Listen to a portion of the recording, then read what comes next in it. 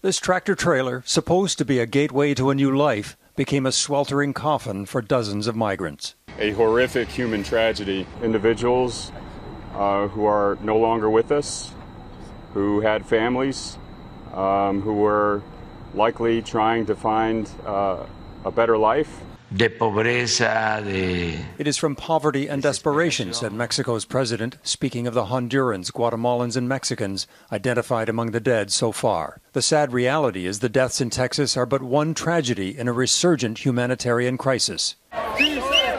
Tens of thousands of migrants are on the move toward the United States. In 2020, the first year of the pandemic, fewer than 50,000 migrants per month were stopped crossing the U.S. border.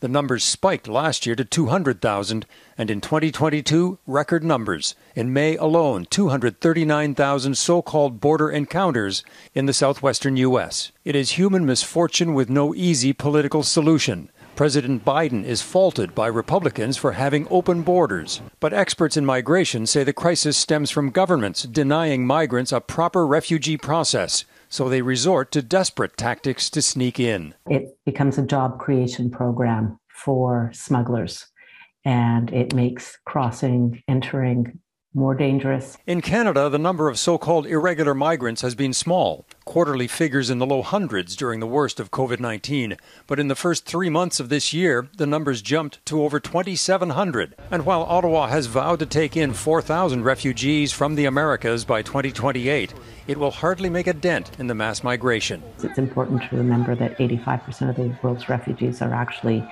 hosted by countries in the global south, not by countries like the United States or indeed Canada.